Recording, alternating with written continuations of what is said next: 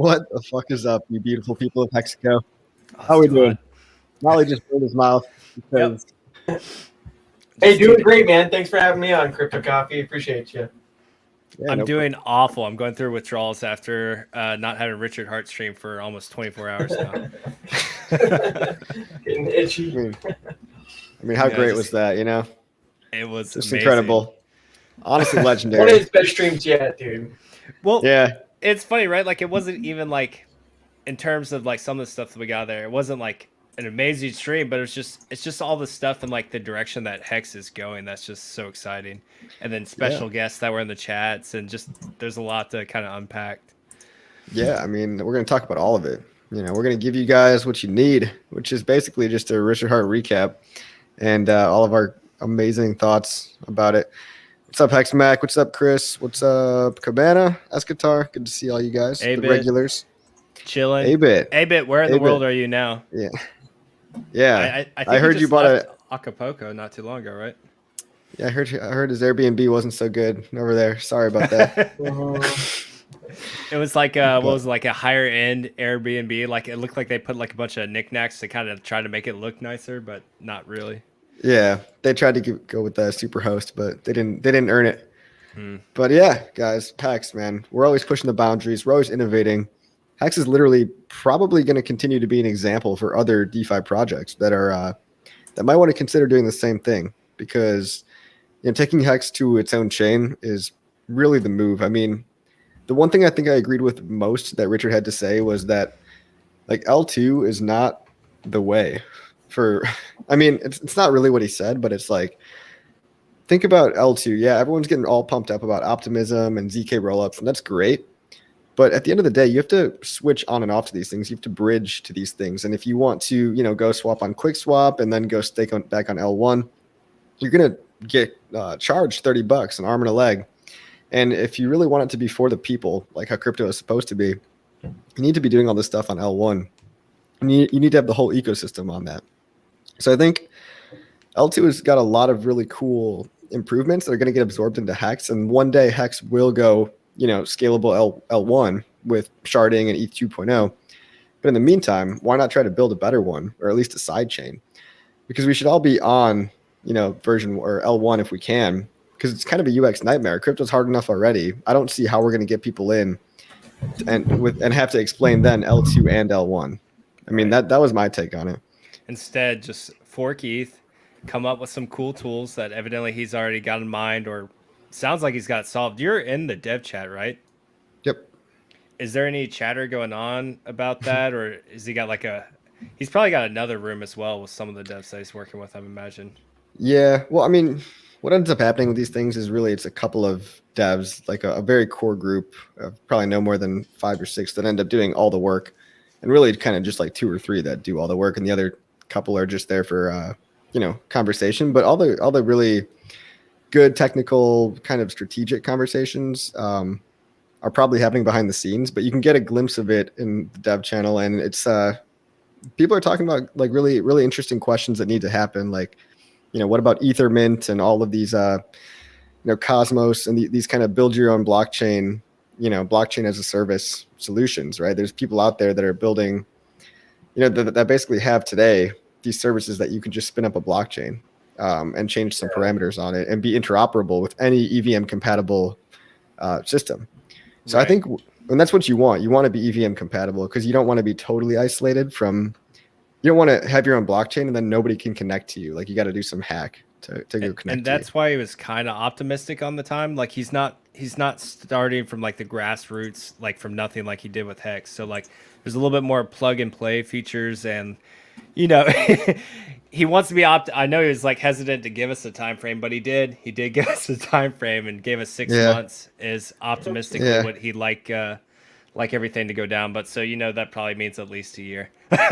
Well, he also said on Ethereum, to Coffee's point earlier and Motley's point, that like things are kind of getting a little bit pricey and a little bit ridiculous with he said I think in a month they're gonna like raise the S load from like 800 to like 2400 or something like that, and that it would affect the stakes, even though Hex is really consolidated on the compiled bytecode. It really just does go to show you that, hey man, like right now we've got the problem of like high fees and whatnot, and sure you've got layer 2, but that's not really like a scaling solution in a bull market for a whole bunch of millions more of people. So I think that the hard fork and then having HEX being on its own chain will actually allow HEX to like stand out from even the rest of the cryptos. It'll be completely decorrelated.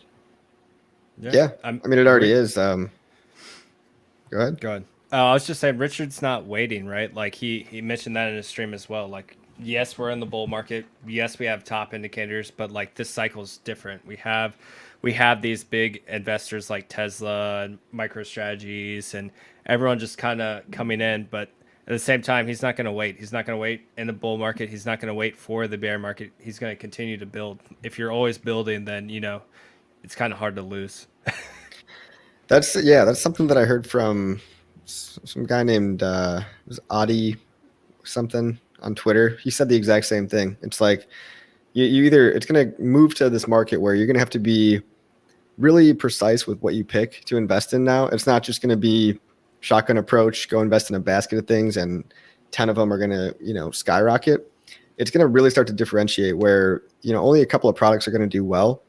And the only people that are going to win are either going to have to research into those products hardcore because things are moving much slower and it does take much more economic mass to move these things up, or just build yourself. And so if you're in the product that's building and expanding and actually active and trying to solve problems that directly relate to adoption, you're going to be in the right place because that's what we're doing. Like HEX is focused on adoption and getting people to invest in it.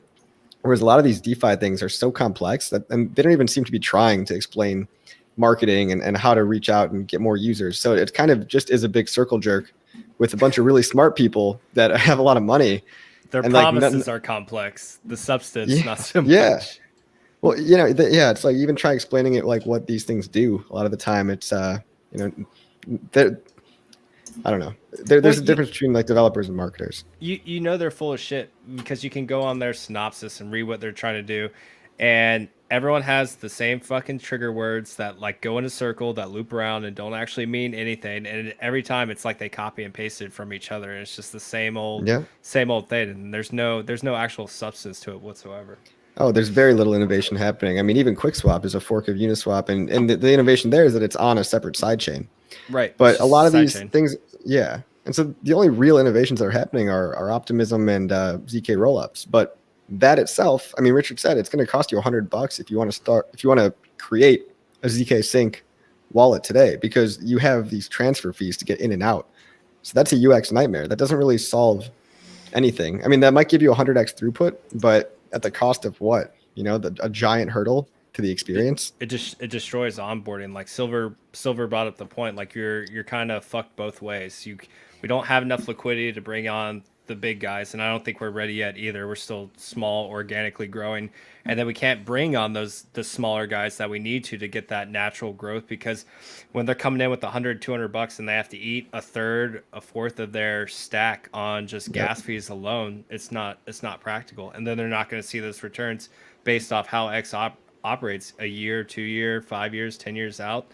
It's not appealing to the new guys coming on. With those fees just kill the entire adoption process. Yeah. No matter how economical like HEX was designed, Staker's designed when it comes to gas. Yeah, and he was saying too, I mean, HEX does have a lot of gas optimizations already. It's got bitwise shifts and it uses a lot of the same optimizations that Uniswap does as well. But when Uniswap V3 comes out and when these Ethereum EIPs come out, they're only going to benefit certain projects, right? So like swapping might be a little bit cheaper, but any kind of other DeFi thing that has to do a lot of computation, like HEX for the end stakes, you're still going to run into those issues, right? So these EIPs are only partial fixes. These Optimism rollups, these are basically like double-edged swords. So you take one thing and you get another, but you have to gain throughput at the expense of usability. So, I mean, why not just make your own chain? I think it's a great idea. I think it might take a while. I have no idea how long it's going to take. 6 months. That's it. It's not gonna be like Hex. It's not gonna be like another 2 weeks, 3 weeks, whatever it was. It's just 6 months and done. But you know what, guys? At the end of the day, you know, I hate to say it to you, but it's like everybody kind of just wants that hype news event too. And so it's going to bring attention in the very, very short term back to Hex in terms of like, hey, we're building some shit. Not we, but Richard's building some shit. You can actually talk about it, which is nice because it's not Hex related anymore. So it's not like promises of future work in Hex. It's like, oh, I'm just basically building another blockchain project and I'll let you know when it's done. And that's what garners you eyeballs because so like, as you guys probably know, Lex Friedman was in the chat. His verified YouTube account was in the chat talking to Hexicans, talking to Richard. He's trying to set up an interview with him, offered to fly Richard to the States, which he didn't want any part of.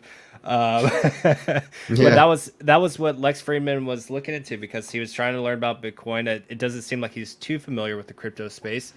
And if you guys had been following him, some of his tweets were like he wants to know what's innovative in the space right now, what's on the cutting edge of the crypto space, and it really is Hex. Everything that Hex is and that's built around Hex is literally the cutting edge. Steph and Firebun are working on the latest stuff with Genosis safes and doing all kinds of different stuff. Even Hex Bay, kind of controversial first, but encapsulated stakes, being able to actually sell and transfer these stakes down the road. Hex is just literally doing stuff that no one's doing or didn't think was possible to do or just hasn't been able to accomplish, or maybe they just don't even try. But we're on that edge, and whereas the crypto space, a lot of the bitter people that just want to protect their own bags, essentially pump their own bags, you know, they want to just yell scam, scam, scam because they're threatened. They probably see the writing on the walls, whether they want to admit it or not. Whereas you start reaching out to the outside world where you get into some really intelligent individuals like Lex Friedman that works in AI, that works in computer science. They see Hex and the innovations and Richard for what it is and who he is. A very smart individual that's building something that's potentially truly revolutionary, not only in the crypto space, but traditional finance and potentially the world. Yeah, it's massively disruptive. Yeah. Go ahead. It's the network effect too. I mean, the guy, Lex, has 1 million followers, and he's also like been on other channels a lot, like Joe Rogan. And yeah, with like the Harry guy, the Jane King, and then hopefully soon we have the Lex Friedman. That's just going to like spike this network effect and like future mass adoption of Hex even more, because it really is.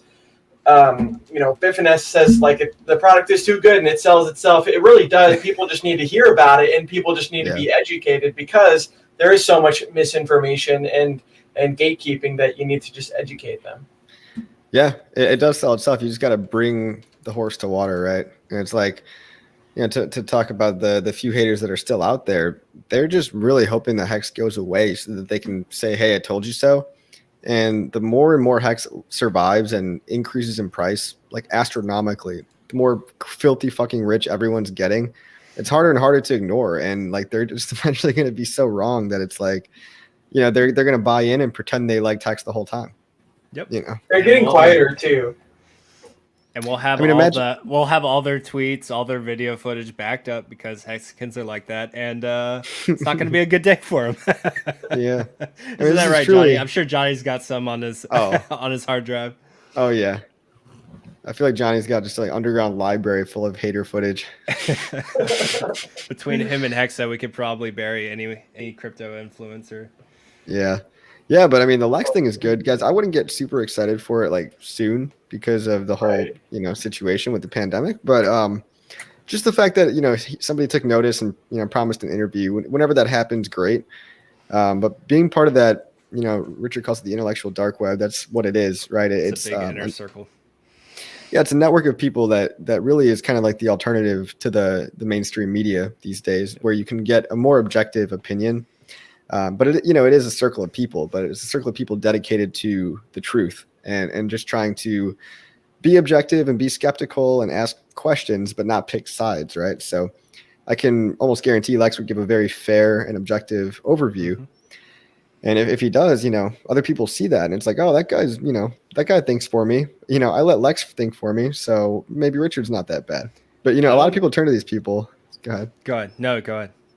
the people don't know how to think for themselves, and you know, they want to pick their idol, right? So again, be careful of picking an idol. But I think Hexicans all had to think for themselves because we had to go through these rites of passage of, you know, okay, like what about this OA? Everyone's telling me the OA is bad, and they had to like come to terms with like, wait a second, why might this actually be good? Or like, you know, all these other coins out there, like, you know, oh man, I'm getting shiny object syndrome. I want to go chase after cream finance, right?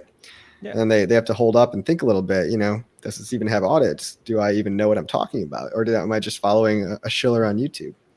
So to even get this far, I think we're all in this crazy organic network effect that it's unlike anything I've ever seen. I mean, we are this weird community that is totally organic, but that by growing organically, I think you get a stronger quality of growth over time rather than like paying, for example, like the idea of paying for an influencer shout out, it always seems like you're throwing money down the drain to me. Yeah, it's gross. Yeah. And it also just seems like, you remember like the copycats paid some poor like guy to shill his coin and then just, you know, got annihilated. He's not talking about that anymore. He doesn't give a fuck. You know what I mean? You move on. Well, Hex has so many like real world people like in legitimate testimonials that aren't bought and paid for. Like it's super easy to see when like, you know, someone's just kind of going through the motion, they kind of just in it for the advertisement money, or like the people that are like, hey, we actually kind of see what's going on in this corner and we can see the product is solid and 100% uptime. Like where else do you get that? Yeah. And I think that's why that it caused such a big riff and people, everyone loved it, right? Because we're finally getting that vindication of being noticed for what we are, which is a great product, and not having to pay anybody to do it or not having to shout and yell at people to stop calling us scammers because everyone out there is just kind of a dick. In a year's time from now, it'll kind of go out of fashion to call Hex a scam. And I think the new people calling Hex a scam in 2025 or 2024 are going to be the mainstream. They're going to be like the mainstream traditional finance bros, you know? Hex sitting at $10. Oh, they're doing it now. I have my friends that are traditional financial advisors telling me like, bro, be careful. Like, because they see my posts on my personal media stuff and I'll have them hit me up personally and they're like, bro, be careful. And like, it gets to a point where I just want to be a dick and just be like, bro, like I've made like 10 times your annual salary, like off like a nothing investment, like relax. And it just gets to that point, but obviously I refrain. But no, just to backtrack a little bit, I'm a little bit more bullish on the Lex Fridman interview happening sooner because I kind of like Richard's pivot he did right towards the end of the stream where he offered Lex. He's like, look, I counter you're willing to fly me out, but he's like, I'll fly you out and I'll give you $20,000 for the charity of your choice. So that was a nice pivot on Richard's part to try to get Lex to come out to him. Did he do that on his feet? I thought he was that in direct response? Was that in direct response to Lex? That was towards the end of the stream. I don't know if Lex had left the chats by then, but if he was still watching, Richard put that out. That's awesome. Yeah, it's like, hey, I'll give you $20,000 to your charity of your choice if you just come out to me, and obviously he'd host him and put him up as well. Mm-hmm. It was on the live stream, and then I believe Cookie Boys clipped it, and then awesome. Responded to Lex as well. So even if he didn't see it in the chat because he was there, you know, maybe he'll see it later. So what a great community! Just in case you missed it, here it is. Franklin had a question. Can you guys talk about selling Hex? A lot of people believe that it won't have enough economic energy to sell in a few years unless there's adoption. What are your thoughts? There won't be enough economic energy to sell. You could always sell Hex. I think he's essentially saying like if the stakes accrue, if they grow as much as they're going to, that there's not going to be enough financial or economic mass in the system to essentially pay the stakes out once they come to fruition, is my guess. I mean, that's going to be a problem that can be adjusted, right? Like you can increase the liquidity and decrease the liquidity. And that's also reflected in the price too. Like without price going up, like you're not going to get adoption. And I mean, at the end of the day, if we don't get adoption, then that's it. Like as great as Hex is and the community is, if you don't gain adoption, it's a wrap. But I think the liquidity is there to respond to price increases. It's a lagging thing. It's not leading, right? Like you don't get adoption by having more liquidity, as we've seen with a certain project or two that claim that more liquidity is always good. You want to have it proportional to the amount of demand in the system. So you don't just want to come out there with a giant ocean full of water if people are just dropping little test tubes in it, right? You want to have a bucket so that it's relatively, proportional to the size of the market that you're in. Which is why, at the price of HEX right now, it's kind of the ideal market for the new guy, because you can easily sell 50 grand, 100 grand. You can sell these amounts that are that make sense for the average retail investor, right? Obviously, this is not enough liquidity for institutional money to flow into yet, but if you don't think that's being worked on or being thought about, I mean, it's not an oversight, in my opinion. It can be notched up. And people just forget what's because HEX has already grown so fast, so quickly. People forget that we're still at the very early stages. Like this is the time for the retail investors to come in, get their bags. And like Richard said on the stream again too last night, like he touched on so many freaking points, but like this is the time with this low liquidity, this volatility. This is where you see essentially you create wealth at this period of time. If you're getting HEX now, even at this penny mark, penny plus, like we're going to see this years down the road where like 5 years, 10 years down the road, we're like, why the hell did I not buy HEX at a penny? Like all the OGs are going to be like kicking themselves. They're like, well, I had a big enough bag or I had whatever. Next thing we know, HEX is at $30, $40, $50. Like, man, if I just bought HEX bought just a little bit more a penny, I could have 2 golden yachts right now. And Johnny made a great point that OTC right now will cover large investors. I believe there is an OTC platform, hexotc.win. Well, there was an old one. Not many people use it, but I know Richard was talking about actually working on the OTC side. Unless Grayscale wants to offer a HEX option. As far as that goes, it's not like to that question like, is there going to be liquidity there and things like that for me to end the stakes in the future?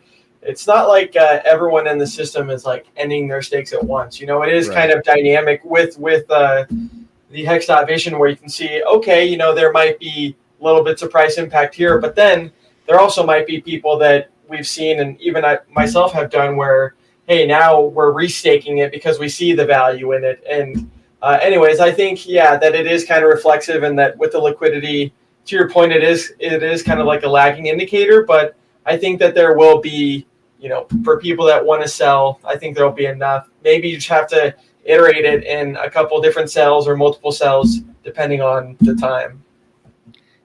And as we've seen, even when people are giant whales, almost Poseidons, in fact, they know they can't sell against themselves, right? They know they can't drive the price up 99% down or 66% down, so they restake and they hold it liquid because they have like this vision of what can come. And that's what Motley was saying. You always have to keep in mind, like, the Bitcoin parallel, the Bitcoin analogy is a great one, because you think about, think about how bad you wish you could have bought Bitcoin at $1.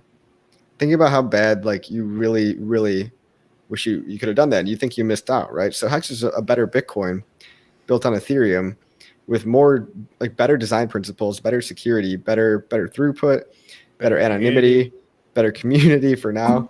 Maybe 10 years from now, maybe the HEX community devolves a little bit as it matures. I think communities do tend to degrade over time, but this is like the golden era of HEX right now. This is the stuff that we're going to look back on and be like, holy shit, guys, can you believe we were buying HEX at a penny and talking about, moving over to its own blockchain, and, HEXNet will be like Skynet, and it'll just be like an artificial intelligence. It just pays everyone's bills for them and nobody has to work ever again. But who knows? Maybe we'll still be around. I mean, like, again, there's just nothing out there that exists like HEX that literally keeps you honest to your word for 15 years. Like, we're all stuck with each other. Luckily, we mostly all like each other. So, I mean, I'm pretty sure we're going to see each other for the next 15 years and onward, because I know a lot of us are just continuing that ladder out as we go throughout the time, just continuing to grow T-shares. We try to get along with each other as much as we can. It's okay, a little spits every now and then. Yeah, it's bound to happen. It's just like any relationship, it's never perfect, and that's that's the cool thing about HEX. Yeah, you know, everything has its ups and downs, but that's the cool thing, Motley, when you mention about Hex kind of being like a truth engine. Personally, I think that's kind of like what really brought me into it is I could kind of feel and sense that Richard was, you know, honest and ethical since like early 2017. And then when he actually developed Hex, I remember him talking a lot about like, you know, still leaving meat on the bones and not too much ROI and profit for the early guys. So it is cool that it does hold people accountable to their words. You know, if you lock up more money than you can afford to lose, and then you end up, you know, emergency end staking it because you're getting emotional, well, you know, the Hex Truth Engine is really going to check you there, and it's not going to reward you for not doing what you said you would. Yeah. Unless you use HexBay, you dirty Germans. Not just kidding. Yeah, I don't imagine HexBay is going to get a ton of adoption right off the bat, and that's mostly because of the gas fees and the complexity. People are going to take a while to learn about it, and those that do make max length stakes and try to sell them right away, they won't be able to sell those for years. Yeah, I mean, a couple days, and you know. You still have to have the good behavior to a degree. I mean, you're still looking at 2, 3, maybe a 5-year investment before anyone's even willing to start considering your Quattro Cinco stakes. Just Hex has to be more established, and again, that kind of goes back to the point we were talking about earlier, where Hexicans are usually like they're intelligent. Most of the people in the community are very smart, and we've had to kind of go through the pros and cons of a lot of different things in space. And I know I'm pretty adamantly was opposed to HexBay, and like as time's gone on, like I've looked at all the different angles, and I think overall it'll continue to do what we're trying to do here, which is adoption. It appears to be that the guys have Hex's best interests, and you know, still waiting on stuff, but you have to just look at everything analytically and weigh the pros and cons and look at what's going to be best for the community and Hex. Well, Richard even mentioned it. Like, I don't know how much you guys kind of caught of it and kind of want to go into it, but the grayscale like competitor type thing, where he was saying like you could encapsulate the Hex and T-shares, not the Hex. You could actually trade shares, which is different and which is very cool. Mm-hmm. That would be awesome. Cool, I mean, think about it. So it's decoupled from like if you're selling shares in Hex, if you're selling paper shares, that's decoupled from the actual Hex, right? So every time someone buys paper shares, those shares have to be at least already owned or existing, or then bought on the open market on behalf of the shareholders of the shares, which is fucking confusing because now you've got like, when it comes to Hex shares, you do have to forget everything you know about shares, right? Like it's not stock shares. Like we're talking about a different thing. So like a paper note, right? So more people that buy into this system, on the OTC markets or on the traditional boomer markets, as we like to call them. Just kidding. The IRA, 401ks, that's going to be just a new on ramp for people, and those have to be collateralized somehow. Yeah, and it's also going to give us a huge leverage and leg up over entities like Grayscale, because they're not able to earn yield on their Bitcoin. Like that Bitcoin's not allowed to be like traded out, according to Richard when he was overlooking everything, all of Grayscale's legal documents. They're not earning yield, so they're strictly going off price appreciation. So we know crypto is going to go not only through a bear and bull market, but we go through extreme bull and bear markets. And so imagine when we go into a bear market and Bitcoin will dump, and it will dump hard. And all these investors, all they have to go off is price appreciation. Whereas something like Hex Scale or whatever they want to call it is created, and you can actually buy T-shares of Hex, and you can actually generate yield on a price appreciating asset. That's going to be huge. Yep. Something that Grayscale can't even touch. So if we end up building something like that before Grayscale either adopts us or we become their competitor, it's something that really stands us apart from everyone else. Yeah, one thing that I didn't fully consider that I thought was a good point by Richard, he made the analogy to his car stereo business, right? Where he would people would come in thinking they wanted one thing, but really they wanted another. His way of saying it was a lot more long-winded. But what I think was a great idea on his part that I hadn't even considered would be, if there's a Grayscale competitor, get them in with the Bitcoin, get them in with the thing they're used to, and then say, hey, by the way, I've got something that's actually way better that you're probably looking for, which is Yield. ROI and yield, Yeah. right? So with Bitcoin, you're not getting yield. You're just getting the appreciation from the fact that it happens to be the highest appreciating asset ever, which is nice. But what happens when that kind of tapers off? We might get one or two good more cycles of exponential growth, and it becomes kind of the top of the S curve, right? Yeah. It really is a safe haven too. I mean, Richard posted another comment and tweet today that so-and-so DeFi hacked. And it's like, man, if your money's not in something that's secure, you could have one of those things too. Yeah, I get scared about that myself, because, I still hold Ethereum, Bitcoin, and, I get tempted by these other things, but, I just keep coming back to HEX. It's the only thing that's ever really done well that hasn't been full of false promises and false hope and everything like that. So, Johnny said Conrad Zen mentioned something about the Cronus Fund, which is kind of like a Grayscale fund. I don't know if they're working together on that. Does anybody have any more details on that? I haven't looked too much into his Cronus Fund, but I know he's been a part of that for a long time now, but they're essentially trying to do something with HEX. I don't know how far along in the process they are with it or not. According to his last live stream near the end of it, he did mention that he was trying to get approval to operate in Europe and in the United States. And who, that's kind of where they were. Conrad. Richard? Oh, okay. Yeah. So, he doesn't really, he's kind of a little quieter on YouTube, but I think he's still worth listening to, because sometimes he'll drop a bomb like that and be like, whoa, all right, I'm very curious about what's going on over there, Let's see, Daruku, it's way easier for HEX to 1000x than it is for BTC to 10x. That's just so true. That's just simple the math. Yeah, it's just simple math. And that's the funny part I always like when people come in, especially no coiners and stuff, and they're initially drawn in by the bright light, the shining flame. It's just Bitcoin or Doge or something along those lines, and you just have to explain to them it's simple math of where Bitcoin is as where to something, a superior product of Bitcoin, something that earns you interest in addition to price appreciation. I think the community kind of deemed it called super compounding. So you have a super compounding product over here that's superior to Bitcoin every way, essentially just like everything else in technology and advancement and the OG. And you have so much more room for growth too, because it is so much more new. It hasn't been.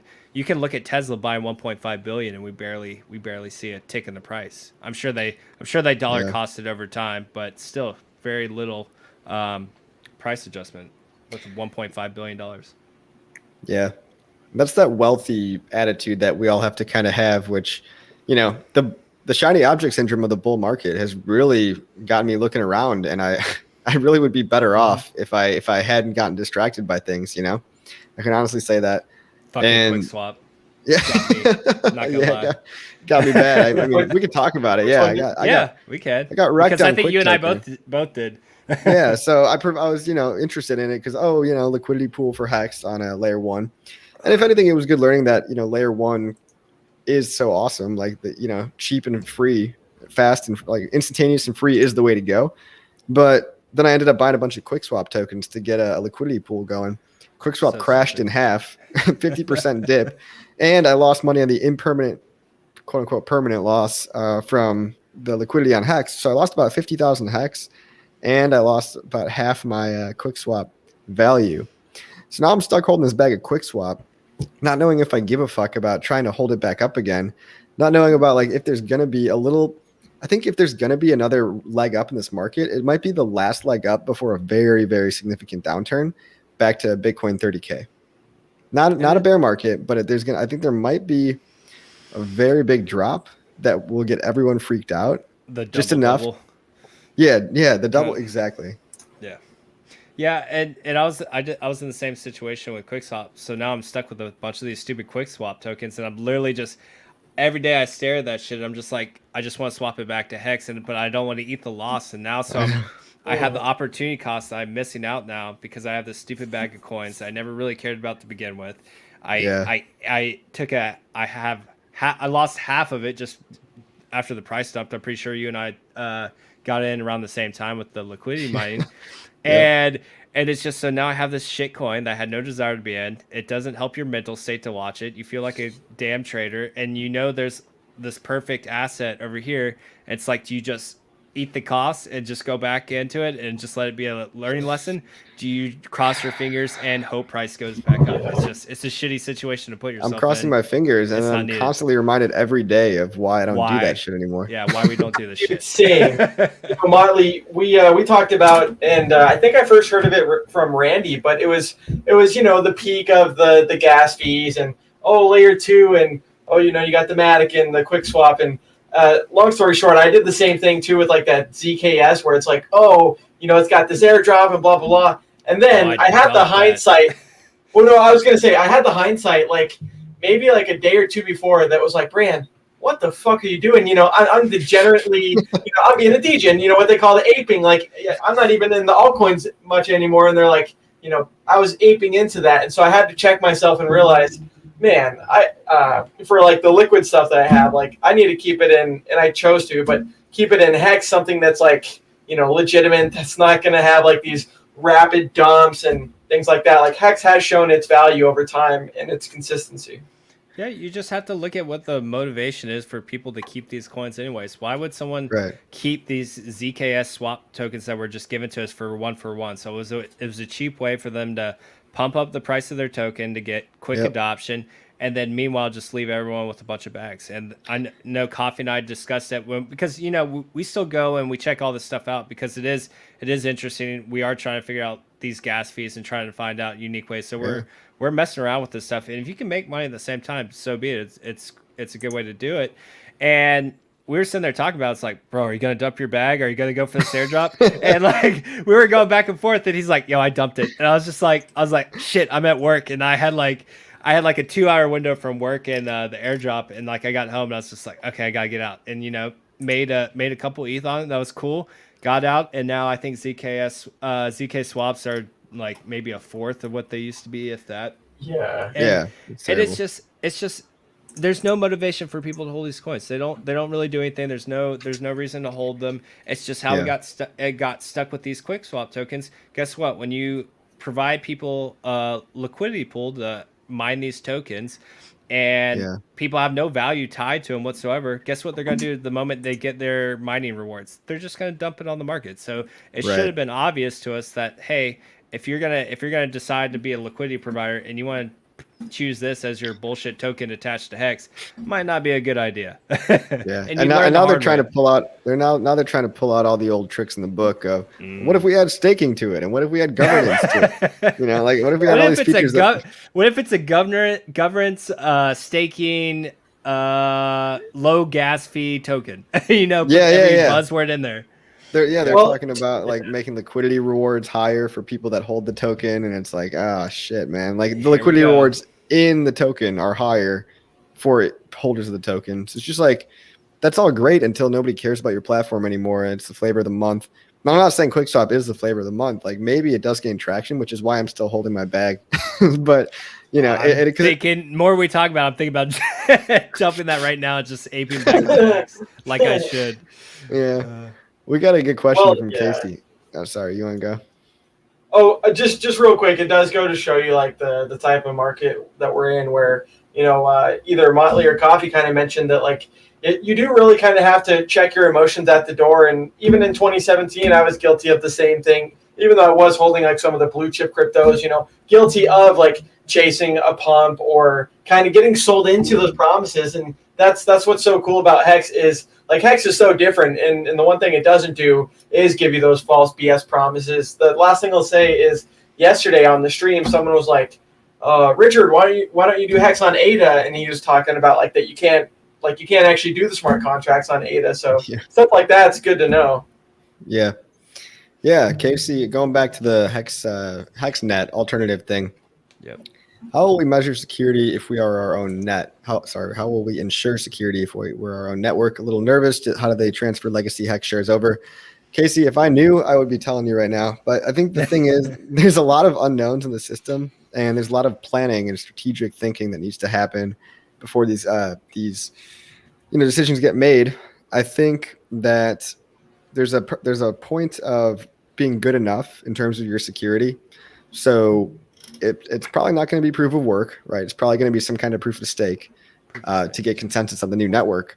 And it just might be based off of, T shares and how many people are already holding shares, right? I mean, granted, you probably will have to run some kind of a node as a holder of HEX.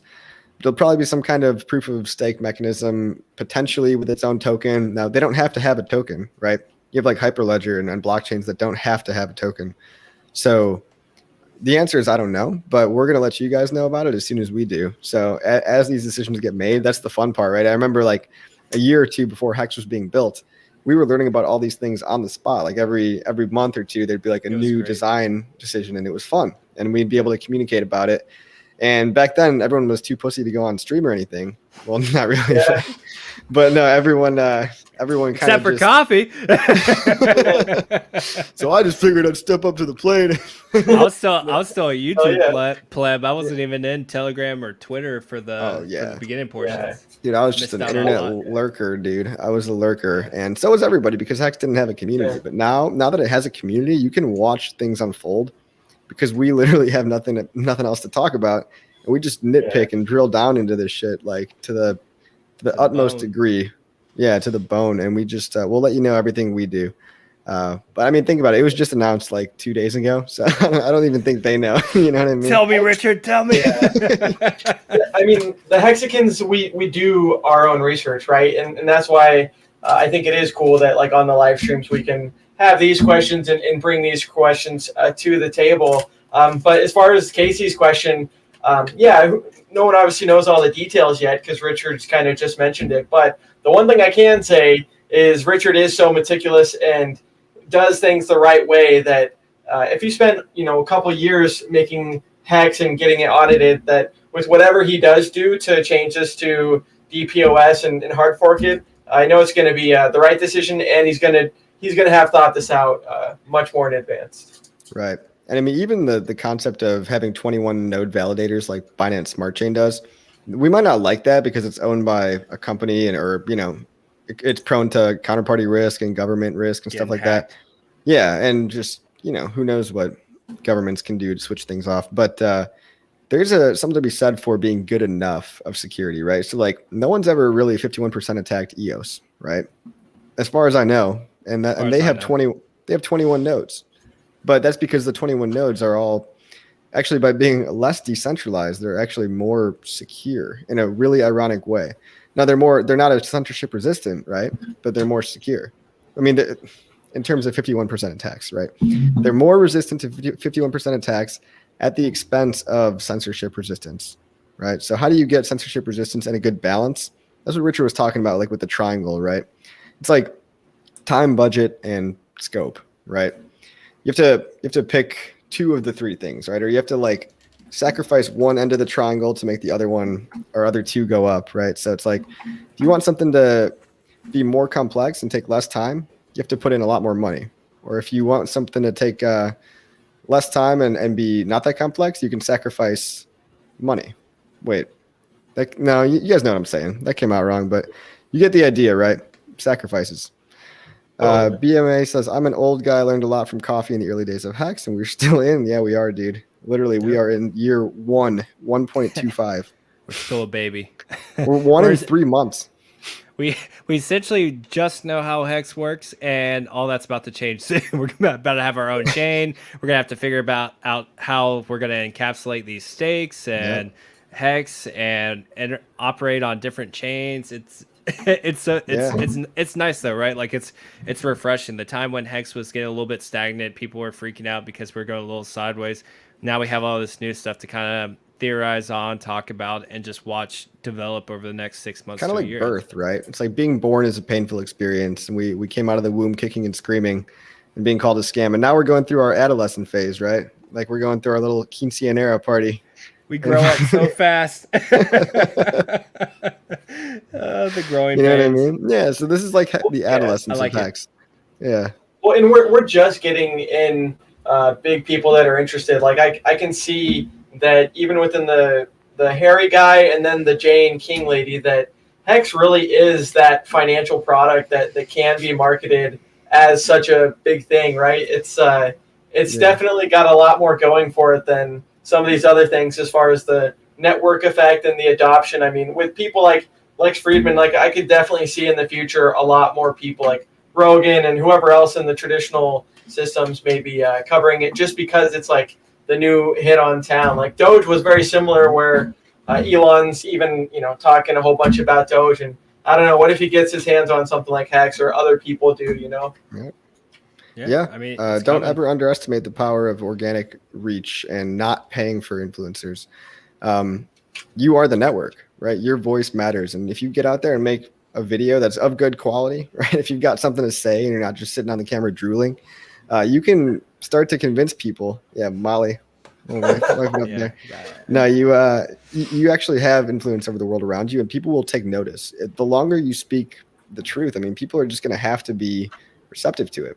They can't put their head in the sand forever. And this is just a nice indicator, a nice small win, right? But just think about it. If somebody like Lex Friedman noticed us after 15 months of existing, who else is watching us? Who else is lurking in our chat rooms that is of notoriety? And if we can't have the people of notoriety, one day we'll become those people ourselves, right? We'll become the rich notoriety, like the rich famous people.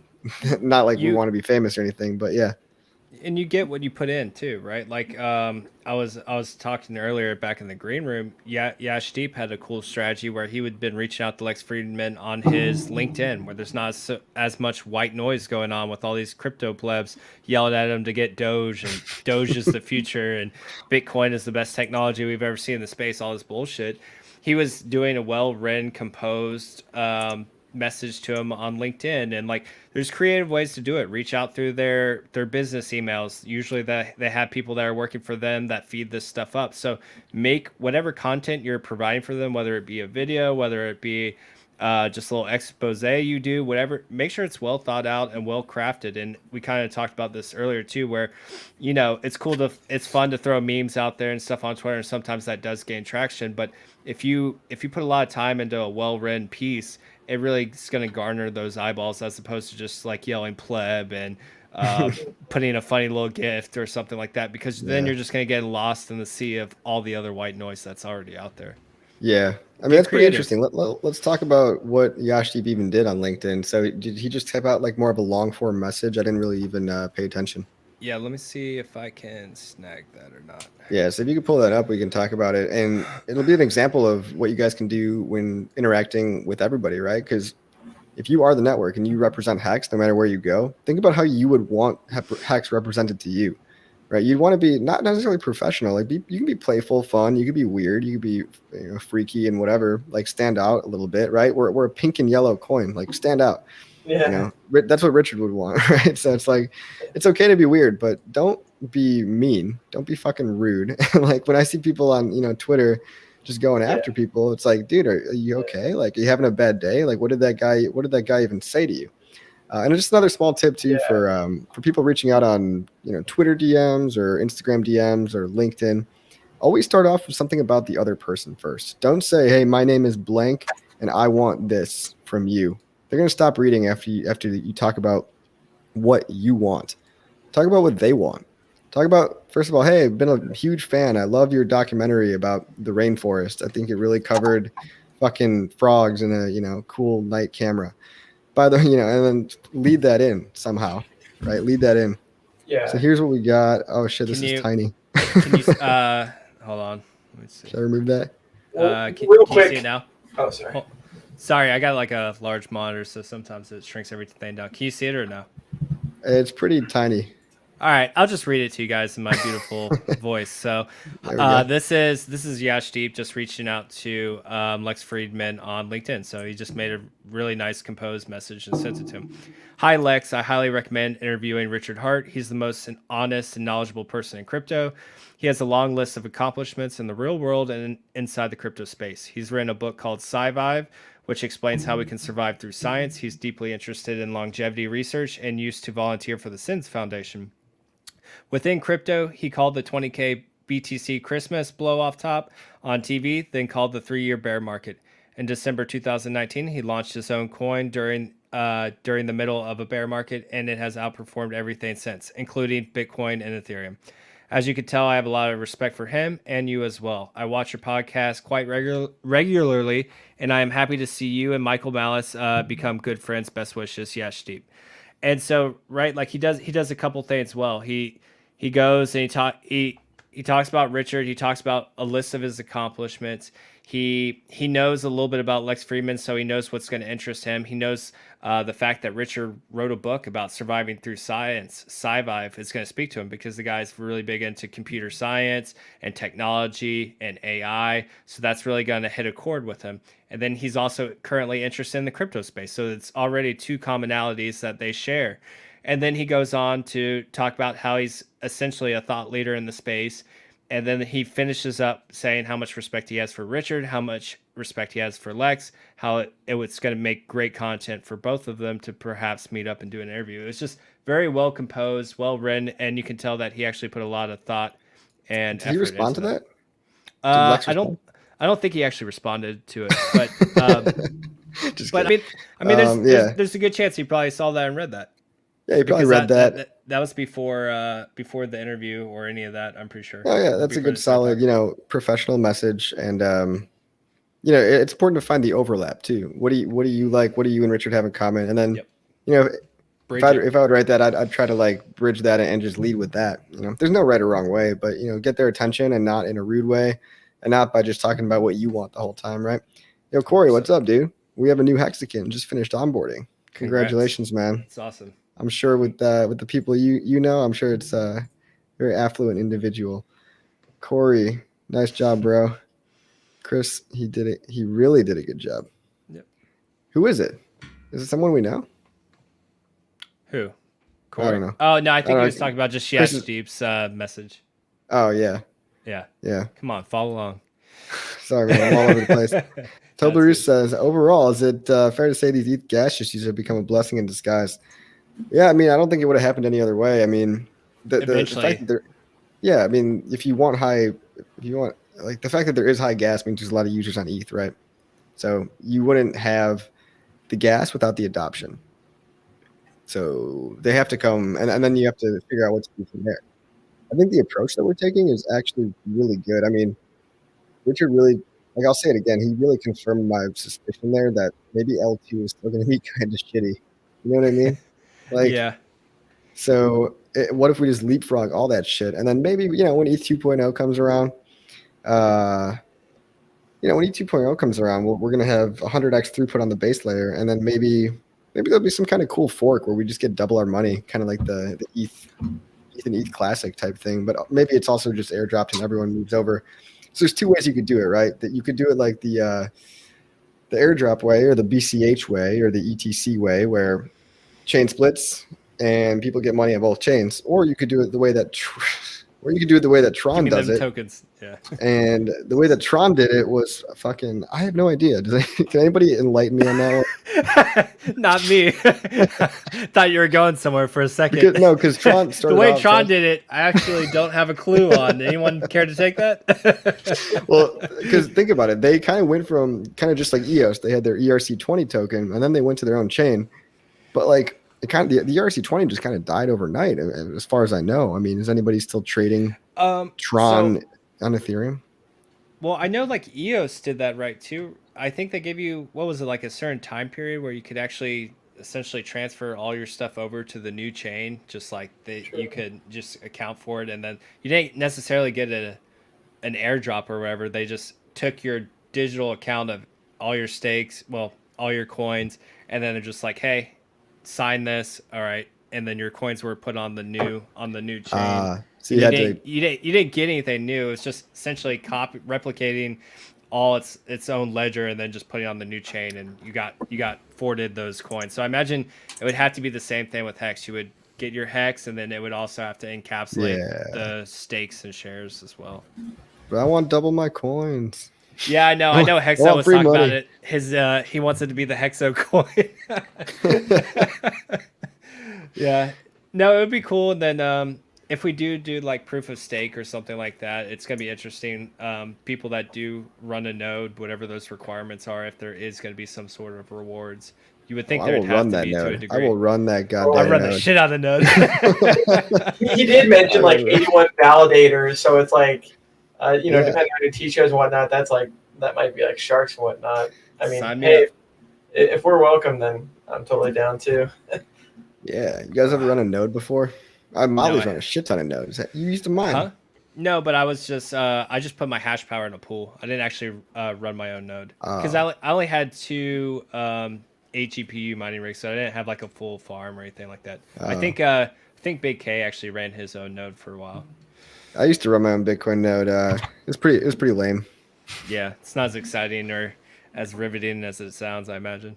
It's fucking stupid. It just sits on your computer and you don't even gain anything from it, dude. You don't even get like a tiny little mining reward. It just sits there. But you're validating transactions, so it actually is important. But it's like, how many people run their own email server? I don't know. Probably not a lot. I think Motley did bring up a good point real quick about like social media and kind of like contact engagement that, you know, maybe something like Twitter isn't like the best place to DM someone and actually get their engagement. Maybe it is through like a different avenue, like he mentions LinkedIn, or say if it's like Joe Rogan, like, oh, you're probably not going to get to him directly. You probably have to get to the subsidiaries and the people that know him. Lex Friedman. Yeah, exactly. Yeah.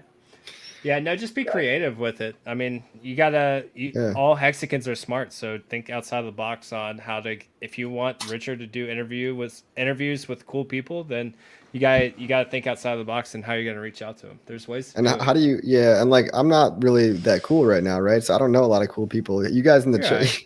Right. Thanks, man. No, like what I'm saying is my network, right? Like maybe it's because I'm a little younger and I haven't, fully reached out to a whole bunch of people yet, and I haven't really hit my stride on that. But I know there's a lot of you guys out in the chat there, like Crypto King or whatever. Somehow people are hooking up these interviews and use your connections, right? Use your clout, right? Like that you might already have, and if you don't have clout, try to get some. Like I'm trying to get some. Like I might not be doing the best job, right? But I've got a couple thousand subscribers on YouTube, and I've talked to some people that are not nobodies, right? So it's like.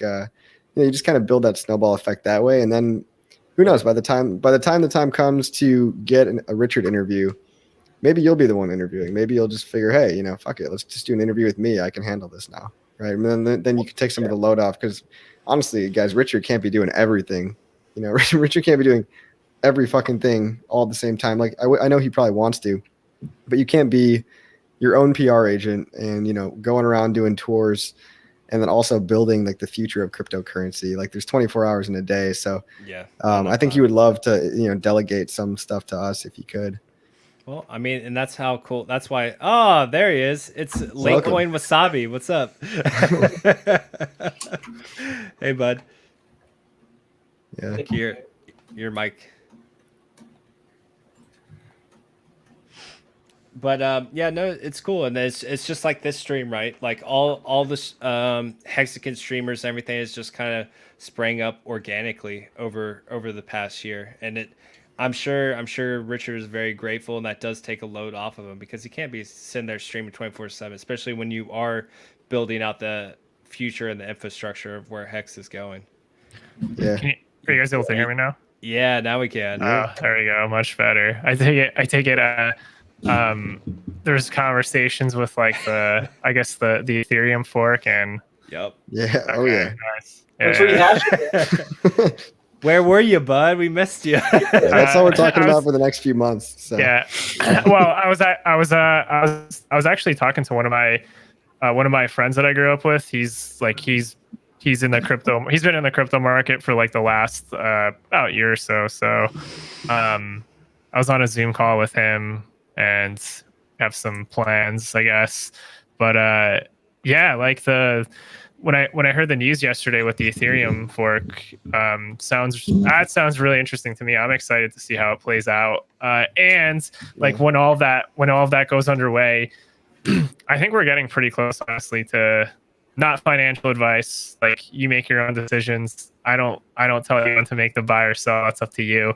But I do think we're getting close to like a lot of the selling pressure we've had from whales exiting, I think a lot of those hands have been drains, and I think a lot of it's going to end up playing out really nicely because you're going to have a lot of cool stuff happening over the next year or so. So how about that sexy looking wedge? You want to show us a nice wedge? Yeah, I'm sure you got one with that nice breakout. Is there a wedge you'd like to show us? Let me get my diamond hands ready. I could probably find a wedge on the chart. I just have to draw some diamond hands in your lotion. I just have to draw some imaginary lines to make a really nice wedge. Do it. Okay. I saw somebody posted on Twitter that like we just kind of broke out of a ascending wedge, descending wedge. Yeah. Whatever you want to see. Whatever wedge it was, we broke the fuck out of it. Yeah. It's not there anymore. Oh man. Yeah. I looked at my staker app for the first time in a while, and I was just like, it's good to be back here. Yeah. Oh yeah. Yeah. It's good to be back here. Let me actually pull up. Oh, sorry. Go ahead. Oh, I was just gonna agree. Like I haven't checked staker in a while. It's only nice to check it for the epic pumpage. Yep. I'll be right back. I don't like to see how much money I lost. You know, I don't like fucking waking up and being like, oh, I'm poor today. Yeah. Yeah, it's definitely not something I check impulsively. Yeah, that's a good point, Brand, because like you shouldn't be checking it impulsively. Yeah. Obviously, I check it way more when the price goes up, but it's not good for your health. Is Coffee upset that he lost a couple $100,000? Hey, you got it back now. You're good. we don't talk about other people's money here. Just kidding. We could. That's actually all we talk about. Well, the comment you had with just people, I guess, checking it impulsively, that is true though, because I mean, like at some point, like you're pretty much 100%, like at some point you're gonna like see it, and then you're just gonna be like fuck, and then just get disappointed. Basically, if you're that's like basically somebody checking they check like their stock portfolio like every morning, and then the moment there's like a red day, it's just like it's like a dagger in their heart. It's just awful. Yeah. And then it's like when you check out your Tinder matches and like one of them unmatches you, and you were talking to her for like a long time. Right. No, but it really is like it's designed to do the opposite, right? So unless you are trading HEX, like you, probably shouldn't be doing that, because at the end of the day, the cool thing is it does incentivize you to stake, especially with the 40% APY and things like that. But it's cool that you don't have to like compulsively check. And I remember, man, I used to wake up like in 2017 and whatnot, like would wake up in the middle of the night, and I'd be like excited to check my Blockfolio, or like I dabbled with leverage, like a very small amount, never anything high. But I'm so glad that I don't have to be in that frame of mind anymore, because it's so much healthier to just like go about your life and worry about other stuff while HEX continues to pump and kick ass. Yeah, dude. I mean, it's so annoying because I'm out here checking QuickSwap every fucking hour. Like, oh, please go back up, and it's so awful, unhealthy. guys. Take it from me. Take it from a wrecked pleb himself. And it was hard because the only thing that can really take my mind off of it is working on stuff like building, right? So like I filmed the final lesson of my course today, and that was great. Nice. But that only took my mind off shit for like an hour, and then I was back to checking Blockfolio, and I'm like, checking the price is not going to change reality. Like it's not going to go up because you looked at it, right? Yeah. When are you thinking about releasing your course? Have you thought? Probably the next time the price pumps, because that'll give me all the marketing I need. It's free marketing. Yeah. Yeah, it'll be good. Things are changing so fast, and I'm probably gonna need to really stay on top of this thing. Like when HEX, HEX chain goes out, like I'm gonna have to update everything, right? I'm gonna have to keep updating every time Staker app updates, and that's fine. Like I'm fine with that, but it'll be kind of like my baby. Just it's also meant for noobs, guys. So if you want to, it's not meant for anybody in the chat, but if you want to sell it on behalf of somebody, if you want to give one to your parent or uncle or friend that might not be tech savvy enough to care, it's going to cost about $100, and you might get a $50 kickback referral bonus in cash, and not in HEX, in cash, because it's going to be a referral program. Good. I think courses like this are amazing. I mean, yeah, like what was it, Charlie and Miguel, dollar cost doing their course. I appreciate people at least like providing value and wanting to help the newbies, right? Because there's so many in the space that are like, they see that someone might not know as much, so they like take it as a point of like, oh, how do I attack this person? Like maybe I can get their seed phrase from them, but from someone that took like even like a few $1,000s worth of like trading courses in 2017, those courses were absolute shit, and they were absolutely like overpriced for nothing, like textbook TA. And so the thing that I've learned is, people like, even though I haven't seen yours yet or dollar cost, I know that the person behind the content is they're consistent, right? And that helps with the new people that are getting in, so they don't make those like major mistakes, because you can lose a lot of money quick. It's funny you mentioned that, because I bought a $600 course from a man whose last name rhymes with gaze, and it really didn't teach me that much. It basically taught me 5 things that you prioritize. If anybody wants to know what's in the course, it's candlestick patterns, or candlesticks, followed by chart patterns, followed by the TD indicator, time to mark indicator, followed by support and resistance lines, followed by oscillators. And it's basically just using all 5 of those indicators and weighing them on a daily or weekly scale. And so they're, the highest importance is the candlestick shape, the lowest importance is the oscillator. And you basically just make your decision on that. And that's a $600 tone base course. Yeah, that's it's hilarious because meanwhile you got Wasabi over here, the freaking chart master. Well, yeah, but the thing is that I only use like maybe there's really only a couple indicators on charts that are useful, and it's just basically a reference. Like it gives you a big edge over everybody else that doesn't know how to read when things are oversold or overbought. Like it works really well to reduce risk in bear markets, to give you like reasonable, like lower cost entries, but it's not intended as like it's not intended to be like an oracle. Like the whole point of investing is to lower your risk when you're making your buys. Like you buy when the prices are low, and then you get mad gains when the prices go up. So it's like even somebody, an example, somebody buying Bitcoin at $60,000 today, their upside isn't that high compared to people that bought in the bear market at $3,000. And you only need like a couple basic chart indicators to get like a good reference where it's oversold, but it's scary as fuck when you're buying, because you see a waterfall of red and blood everywhere. But if you're scared as fuck and you're buying when stuff is severely oversold, you're probably doing it right, and you're probably gonna make out really well over time if you can basically buy and just disconnect from the prices. Like you just get your buys in, and you disconnect from the market. It's the best way to do it. These people that have these trading courses that are showing like 100 indicators on the screen, I can't even see what the fuck is going on, because they have like every single moving average, like they have all this stuff going on. I'm like, dude, I it's to the point where you just don't even know what they're trying to basically suggest that they're a price oracle, which is stupid. Like you can't do that in markets. Like the whole thing is, in a market, if too many people believe one thing is going to happen, it's not going to happen. The market changes, it adapts. That's why it's indeterministic. So that one, I know you're very well prepared for. I'm well vested into that one. But no, you brought up a good point. It's really been one of the key things is just being able to separate your emotions from that when you're making your purchases. Like, was it Warren Buffett says it all the time? It's like when there's blood on the streets, that's when you should be buying. And what if you take it's hard. The dollar cost crypto approach is just change the colors on the chart, change red to green and green to red. Oh, did he say that? Yeah, I think he said that.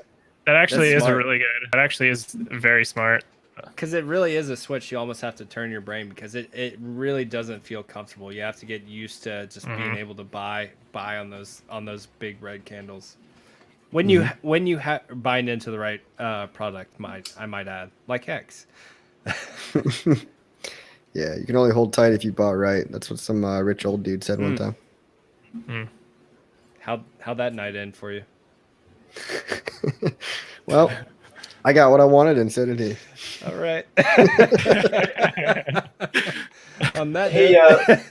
look into crypto. You were going to pull up a wedge. If not, I've got it too. But were you going to pull that up or any charts or anything? Let's see your wedge, Brand. Yeah, we could see the brand wedge. Show us your wedge, Brand. Guys, this is nothing fancy. Like I said, I took a TA course, but obviously this is just. Man, everyone's taking a course besides me. I'm fucked up. Let's see where that $1,000 TA course got you. Can your wedge fit inside a toilet paper roll? Very far, man. Just to kind of point out what you guys are talking about, like the triangle or the wedge type deal, and it seems that like I don't know, around like 70% of a penny. Like we just really haven't dropped below this since like the big payday, and just the price itself. I mean, even on the daily, when you kind of zoom out and scroll down, you can kind of just see like from the charts that I've looked at back in the day, like this shit looks like it's ready to freaking take off. Like almost similar to what we did in April. You know, the big pump in April. And anyways, we're doing real good on the price chart. You know, Dan, from what I see. You're drawing your line off that red wick there, Brad. I don't know about that. Don't you draw lines off? Hey, let's see your Interesting chart. strat. I don't know too much about charting, but I don't know if you do that. I've got a legit question. Legit question for Wasabi. Do you draw lines off wicks or bodies? Bodies, right? I draw them off bodies. Yeah. It's kind of like a debate, I think, but I'm pretty sure like all the good people use bodies. Yeah. Damn. Calling Brand out. Hey, I'm fine. Dude, I'm used to it. It's all good. Wait, here's the other thing too. It's like, it's nice to be able to learn from people that do have experience, right? Because if you are kind of using this as like, oh, maybe I could get in here, or this is where the entry is. It helps to know, like, listen to what you said about the bodies. So, hey, I learned something new. Yep, bodies or wicks. I like wicks. I like big wicks and nice bodies. I like my wicks thick. 2 C's. Girthy. Girthy. Speaking of thick, have you guys seen the latest NFT like retardation? Yeah, it's Big Pep brought it up. The fucking thick Pokemon, the most disturbing shit I've ever seen. You cannot make this shit up, man. It's like you couldn't write this in a movie script, dude. So thick Pokemon are basically remade Pokemon cards that are now NFTing for 5 Ether. Like some of them minted at 0.5 and are selling for 5 Ether. And they're just Pokemon cards that are thick, 2 C's. 2 C's thick. So let me pull up a little oh my God, thing for you guys, and this will be very entertaining. I mean, holy shit, you're not going to believe this. Like I said, you cannot write this stuff. When Big Pep brought this up on Commander's stream, like I Googled it, and I was like, am I looking at the right thing? And he's like, yeah, probably. I was like, fuck. Oh my God. Thunder cheeks. Pikachu used clap. Oh my God. People are actually buying this? Holy moly. Dude, that's hilarious. I mean, look at this guy. 15 Ether, bro. fucking Beedrill up there's got like 4 asses. That's a lot. That's too many asses. I don't know which one you. All right. Thick Pidgey. Booty sweep. God. Bro, you're gonna get us Thick pulled down. At least it's your channel. It's just the shell. It's so stupid. I hate everything. That's what the NFT world is doing. If you guys were wondering. New craze for NFTs. This just in from the NFT world. Hex Kong, finally an NFT I can support.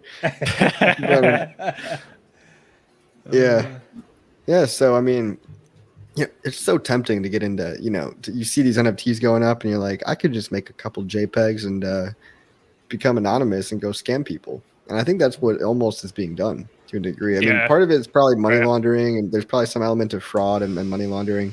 Because in the real art world too, there's fraud that I mean, I'm not going to act like I know about real art, but there's a lot of money laundering that goes on in art, right? Like totally. Hey, Toblerone is in the chat. You don't you don't do that. NFTs. I bought his Hex bull painting. I still gotta hang that Dude, up that looks somewhere cool. to orders. It looks awesome, by the way. Thank you. It came intact with no issues, so thank you again. Look forward to finding Dude, Don, imagine being the guy left with that bag of thick Pikachu. Yeah, that's how you get people jumping out of windows. Oh yeah, that's literally like call Well, the suicide hotline. It does Yeah, go to show you definitely. like the degeneracy that we're seeing. I mean, $69 million for an NFT and all these other things. I mean, you got people taking screenshots of NFTs that they're selling and then, reposting that as an NFT. And I agree that part is like, as far as the market goes, it is pretty, a lot of money for nothing of utility, right? Since it is non-fungible too. Hexcon said Thick Yeah. Pikachu is clearly decorrelated. It's not going to be affected. talk about a It's decorrelated too asset. thick. It's too thick to be affected by the bear market. That's hilarious. God damn. So Yeah, what else? What else, guys? Go ahead, look at the crypto. What were you saying? I was gonna say there was this is back during the bear market, but I was like speculating. I mean, it wasn't like crazy amount of money, but it was kind of a waste of time for the most part. But I was speculating on these these garbage NFTs on Decentraland that it's in my wallet forever. I'm just like, if somebody wants to pay a retarded price for this, like maybe one day I'll be able to sell it. But No, bro, just lay it to rest next to CryptoKitties because that's where it's all going. probably, very likely.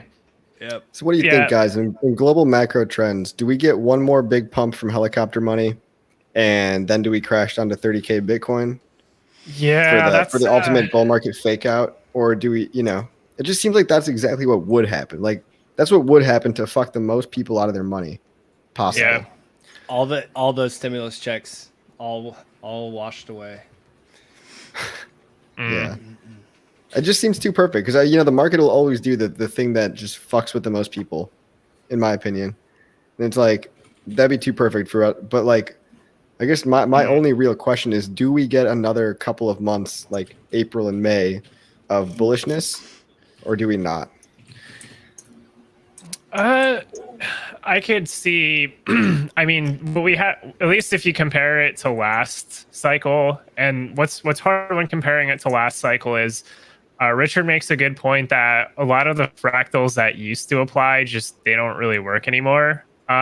So if you look at the rotations of the coins that have had really big moves so far, to me it seems like Ethereum particularly, I don't think it's done. Like, not financial advice. I have a hard time seeing like 2000 being like the top for Ethereum. I think there's a lot of room. 60K.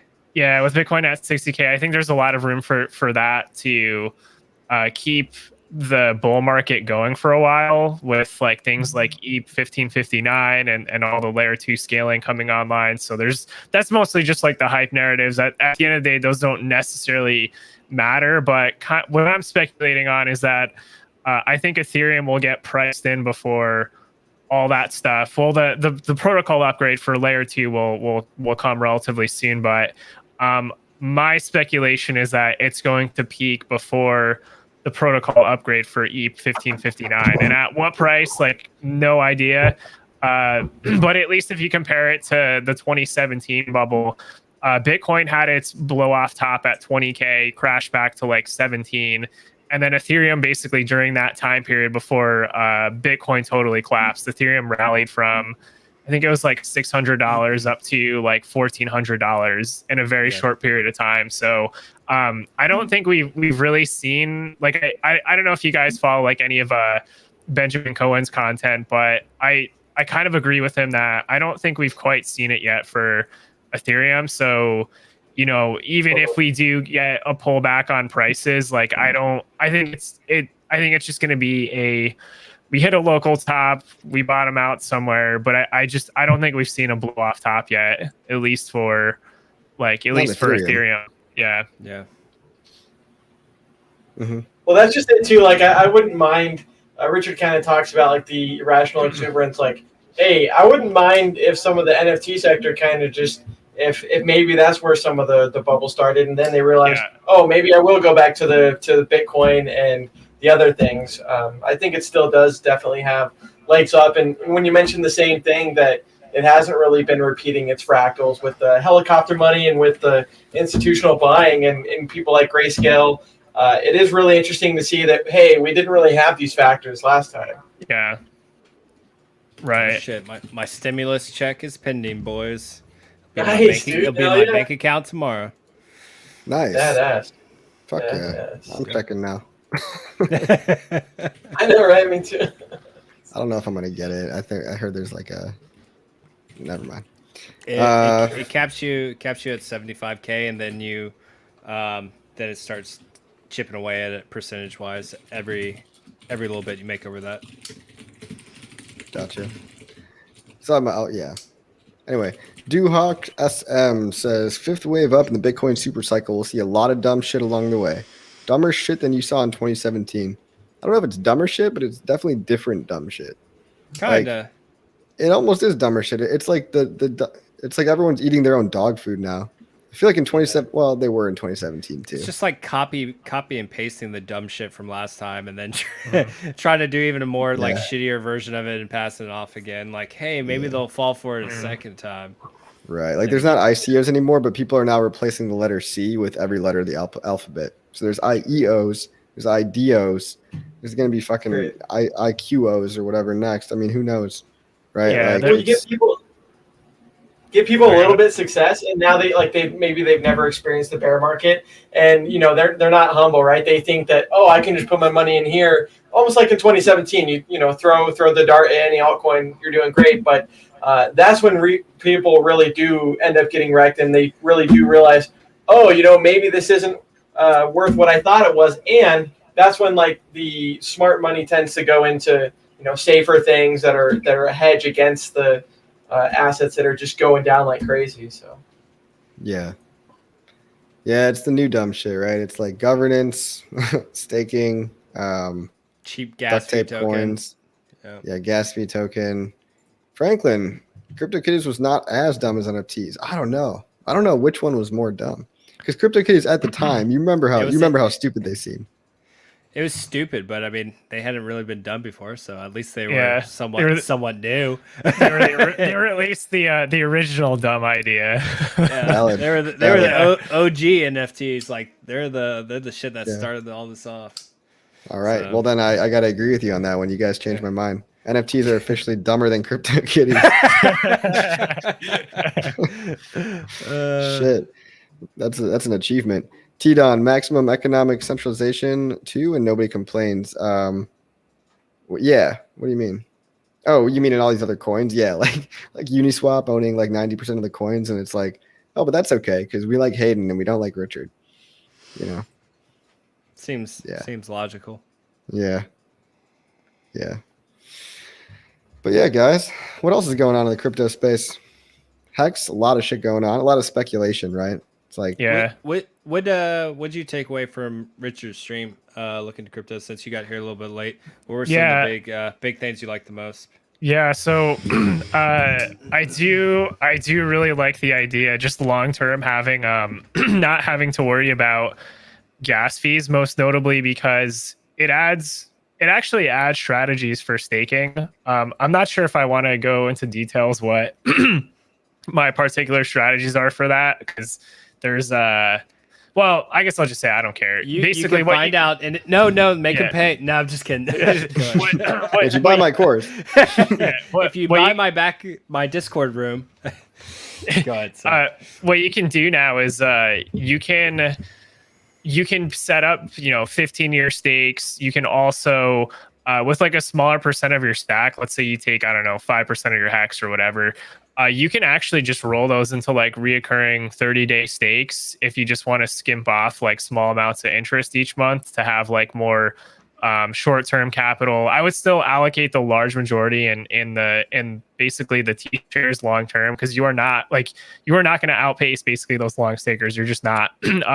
But depending on your monthly situation, like this stuff is literally going to turn into a pretty ridiculous amount of passive income long term. So I do have a plan on having I already have my long term stake set, but I also am going to have just like reoccurring monthly income. I don't plan on like selling any of that, like the income that I generate now, because I think the price is going to go far higher.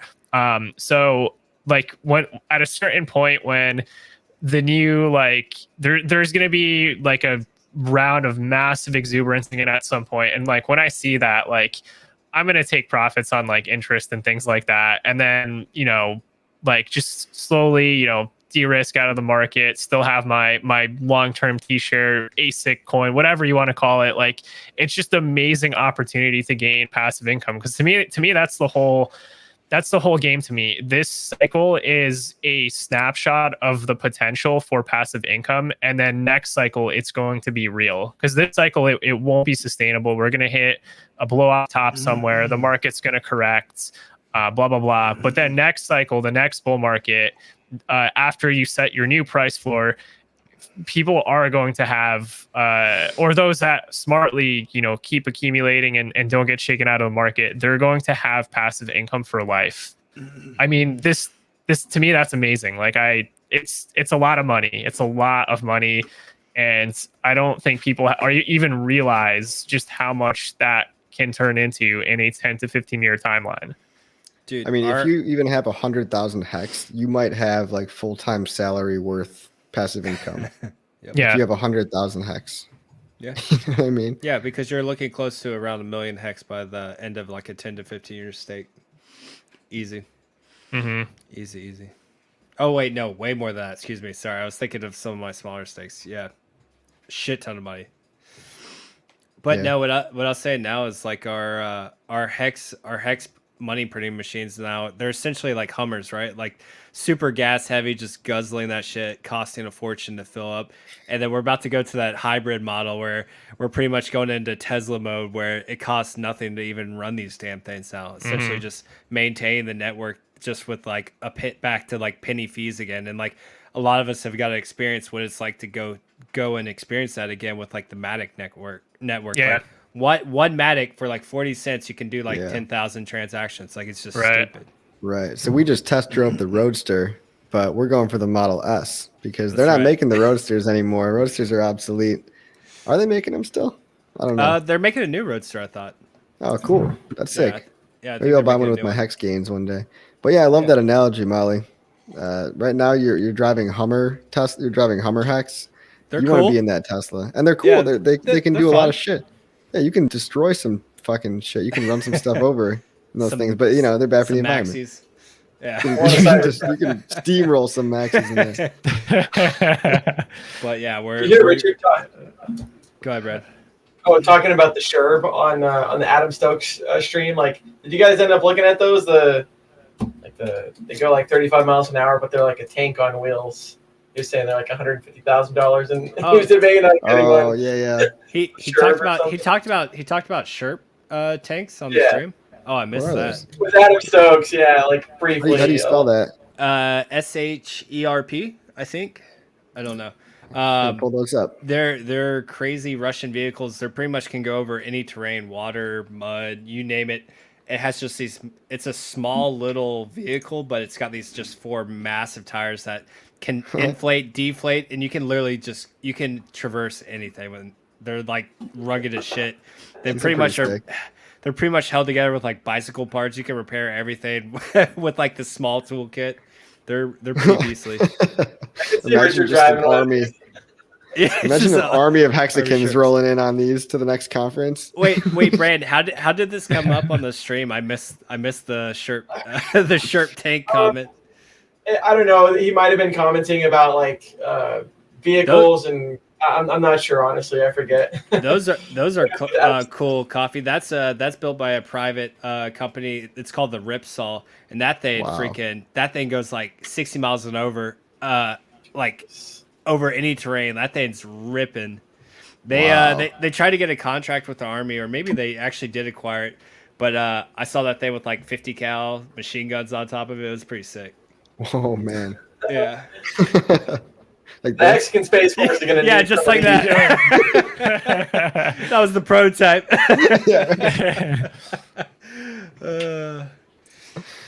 Sweet. I'd buy a Fuck yeah, shirt. dude. I'd buy a shirt. But there's not. Yeah, I mean, it's delayed gratification, right? Like how many you'd be able to buy 100 Sherps in 10 years, or one Sherp now. Dude, Richard was getting me going with the freaking watch porn too that he did on the live stream. He actually Oh yeah. actually showed off his new Daytona he had. I think it was two-tone black dial Daytona. It was nice. Yeah. I'm I've not been even that looking much at of a Daytonas watch too. guy. Yeah. I'm not that much of a watch guy, but I can respect them for the craftsmanship and all that. And maybe if I have some disposable income one day, maybe I will buy one. Yeah, Who knows? it's definitely a goal for myself, but right now the opportunity costs and like I'm not selling any Hex for a stupid watch right now. It's just not gonna do it. Yeah, wanna see anything the you buy third with Hex right now is gonna feel really stupid. Really Yeah. stupid. It's gonna be a painful reminder. Yeah, I like selling coins while we're still relatively early in a bull market. It's just not a good idea. Like there's going to be plenty of opportunity to buy like cuz all this stuff, I mean it's all, everybody has their preference, but I kind of I'm more on the greedy side where I just want like my net wealth to just keep going up and up and up and up. So I'm like, I don't want to buy stupid shit that just doesn't pump.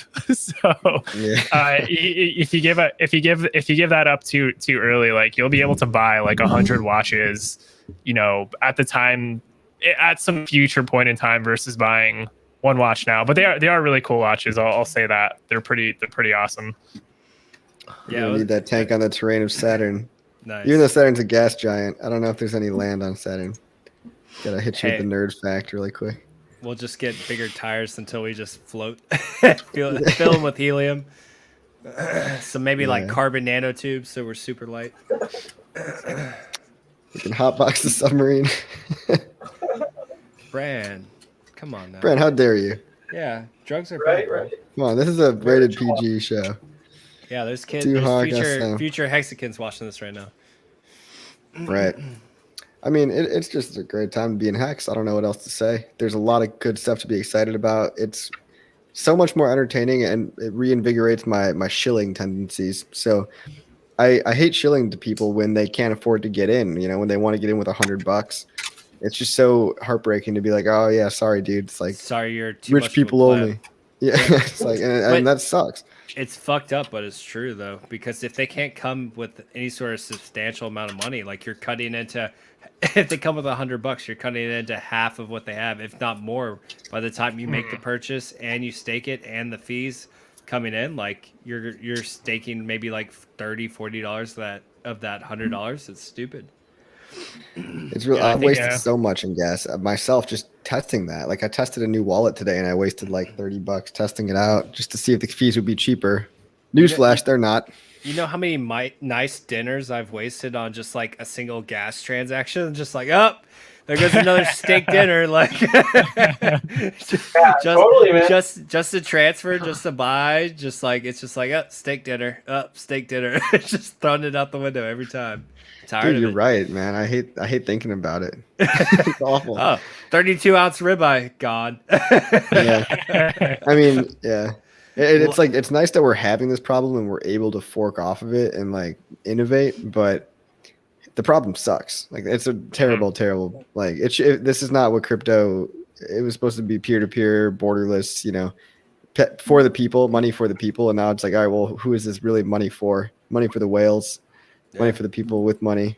You got to come in with a couple $1,000 purchase to make it worth your while. Yeah. You really do. Right. But it's incentive to get that money too. It's incentive to save up a couple thousand or a couple hundred if you can. Like it's incentivizes a different way of thinking. All of this whole crypto game is really just it's really inverted my philosophy on a lot of stuff. Exactly. And I forgot what stream it was, but I was kind of talking about on it. Like the opportunity cost for you not to get in HEX, even if you think you can't financially afford it right now, it's too great not to partake in it. And you just have to get creative with how you come up with the means to invest into an opportunity like this, right? Like this only comes around once. So if you got to go around your house and look at all the useless shit that you probably haven't touched in years, fucking go Gary V on that shit and sell it. Go look at quick internet. Like the internet's an amazing thing. You can do retail arbitrage. You can do, there's so many cool things that you could do now that you can make quick flips and easy money that you couldn't in the past. Go Uber. Do you have a car? If you got a car, go fucking Uber on the weekends. Go do Lyft. Go do Grubhub. All these different options to gain surplus income, and you can actually use that to just like look into crypto said. He just wants to continue to build his wealth. He just wants to see those dollar signs go up. He wants to continue to grow. And like these opportunities don't come along very often. The bull market in general, and then HEX, this could be once in your lifetime opportunity. Take it. Even if you think you can't afford it, take the extra time to actually make it happen. You're right. A lot of people, they're buying lunches and they're spending, money on coffee and Starbucks. And in reality, you can either make excuses for something or you can find answers and solutions. And so even Whales Only is like, man, ever since, getting into HEX and the t-shirts, like money's just, coming to me. And you really got to, with how quick and how, much HEX can appreciate, it's like, man, how much opportunity cost is there if you splurge too much and you're not actually investing and saving, Yep. What were you guys? Does anybody know any good Go developers? No, I didn't even know what the fuck Go was when Richard mentioned it. I was just like, oh, Rusted Go, cool. No idea. Yeah. Well, it's good that he's focused on that because it's basically the way I understand it is that's the language that the Ethereum virtual machines EVMs are coded in. And if you want your chain to be maximum interoperable with stuff, you need it to be in Go. You need it to be EVM compatible. So I think that's good that he's thinking from that foundational level. And he was saying too, Solidity doesn't even matter because we're not building smart contracts anymore. The product is the smart contract. The product's been built. If anything, you might be just wrapping a smart contract on a different, you might be like in caps, like, I don't know, but there's really no code that needs to be done on the smart contract, like middleware layer. It's all just the total like back end of everything. OG hexagons are in the know will become the new whales, like Richard says. His plan was 20 years out. We're right on schedule. 20 years, right? Most people can't wait it out. It's hard to think about that. It's hard to delay your gratification like that. Yeah, Sorry. HEX cufflinks are made by Cookie Boy. This is my first purchase for the next HEX conference. Cufflinks? Is that what he's making? I think we were just talking about having Cookie Boy make some because he does the jewelry and like HEX maybe like sapphires and the HEX colors would look cool for like cufflinks. I think that looks sweet. Gotcha. Probably not too expensive either. As opposed to getting a blinged out chain like Brand's got.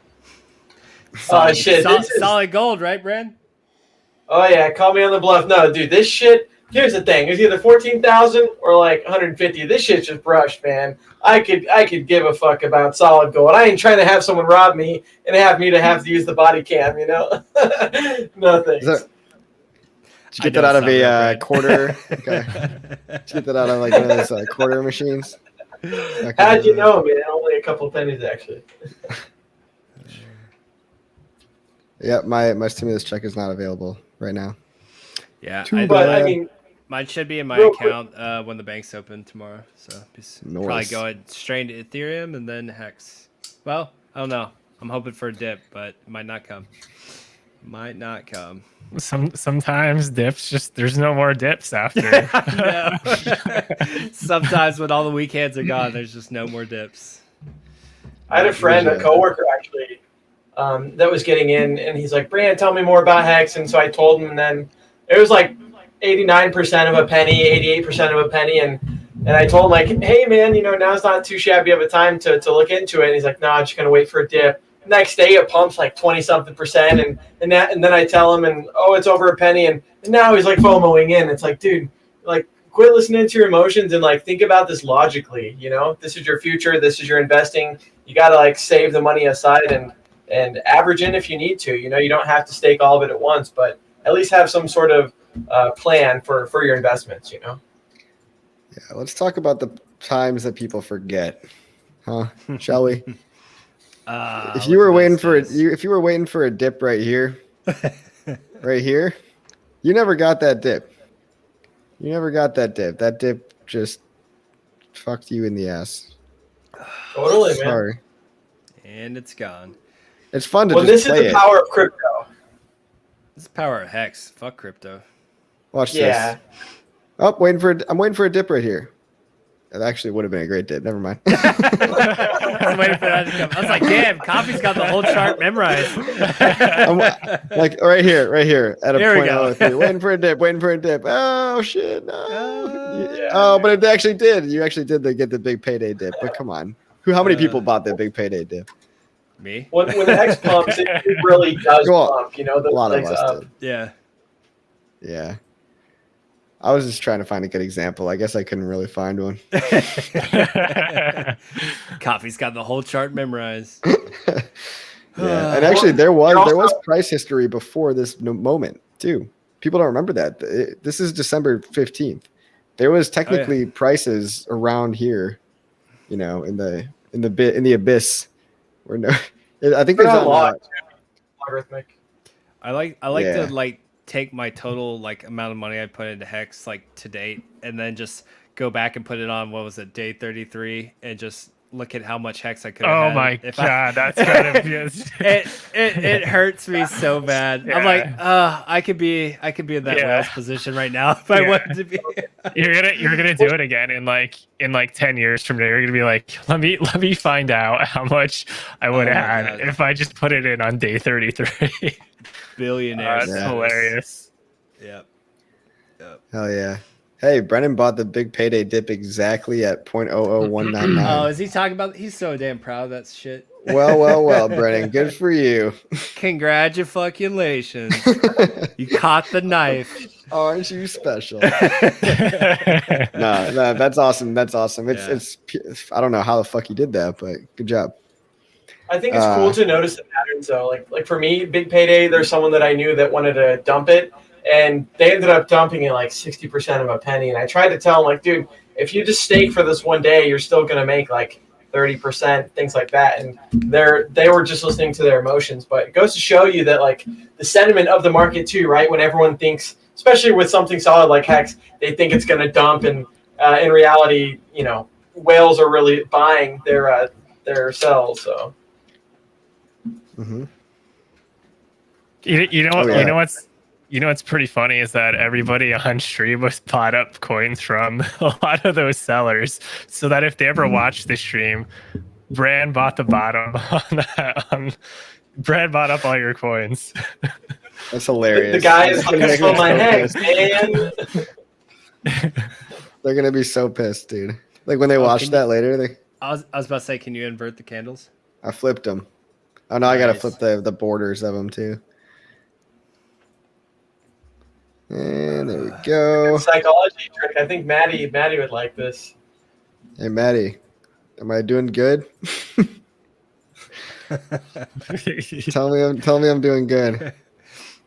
Tell me how great my mental health is right now. It is cool to have someone like him that's so many people that got a whole bunch of professions that know their shit, because it goes to show that if they're in it too, hey, this is kind of nice to have a therapist to talk to every now and then. Oh shit, guys. Red candle today. Who's selling? I'm scared. It's a green. Look at that stupid green candle. No, green candle's yes, green. All right. Yeah, so the real way to get rich, and this is something that's actually very serious, is just to buy everything and hold it. Really, really wealthy people don't sell a lot of their stuff. Eventually they get so rich that they can just kind of borrow against their stuff or, whatever. And they just have enough money to skim off the top barely. But the wealthy mindset is not selling. You don't sell your assets that generate you money. You just don't. That's what Wales only says, and that's a pretty good thing. And I like the fact that he repeats it a million times too, because it actually allows me to get it through my head. Yeah. Big Pep says the same thing with the golden goose, man. Like I didn't really understand that that analogy. Like Big Pep was the first person to like introduce that analogy, but it's so true. I mean, shit, if you got golden goose laying those eggs. Never seen Willy Wonka, bro? Come on now. The goose that lays the golden eggs? Come on. Gosh. I don't watch it. Brand, you could even watch the new version with Johnny Depp, the fucking weirdo version of it. Yeah. Red means go, green means stay. Red means go ahead and not sell. Green means all clear to buy. I think. Danny Boy said, I am glad we have Matty Allen. Me too, man. Me too. Hex Kong, my cerebral fortitude is immense. I'm assuming you were talking about me, of course. Thank you. And then Jay lays the golden geese. Fuck the eggs. Yeah, right. If the golden geese are laying the eggs, then who's laying the geese? Who came first? The golden geese or the golden eggs? Figure it out. I don't know what you're doing with those geese, Jay. I think that's illegal, bro.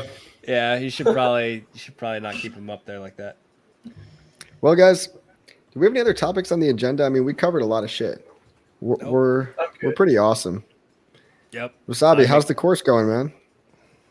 Are you a part of that or?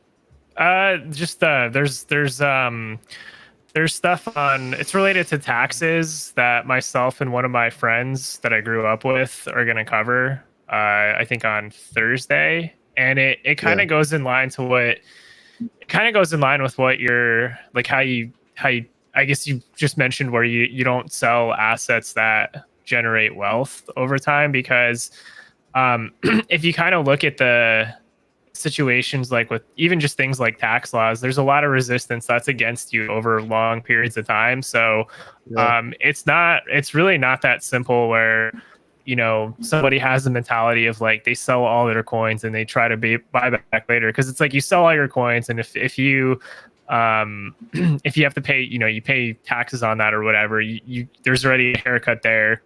If you mistime it, you could end up like getting fucked and like you sell too early. Like it's a huge, the idea like with risk also applies when you sell as well. It really does. And there's only, and that's why over time consistently you just don't beat the people that just never sell their coins. Like you will not ever beat them, period. Look at the whale. Look at the whale today. Like he hasn't sold any of his Ethereum he's had from the beginning. His like 150,000 Ethereum he's had from the beginning. He hasn't sold it.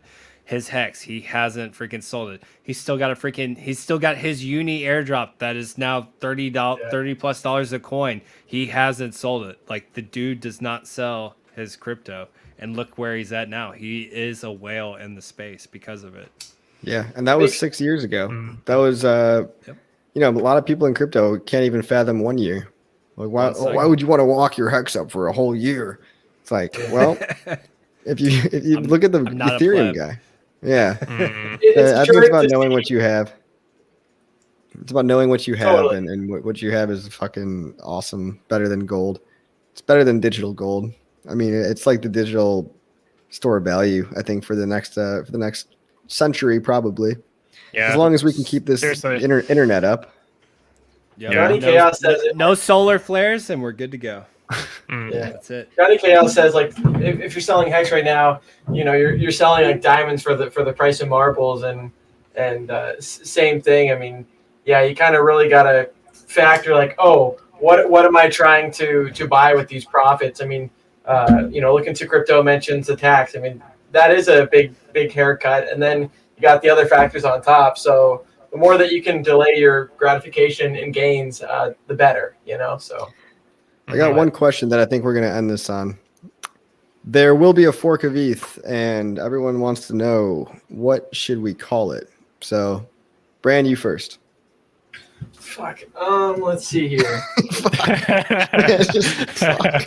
I like it. All right, look at the crypto. Solid. And you first. Fuck. Fuck shit cock. And Tourette's guys strikes again. So what's a good name for it? So I think I commented. I think HexMac did this earlier. I for my input I did like 4 hex or whatever, kind of like 4x, kind of. But yeah, we were kind of tweaking the name around a little bit. But obviously, got to come up with something cooler. I know some people were talking, doing something with pulses, incorporating pulses into it. Pulse chain. Pulse chain. Pulse.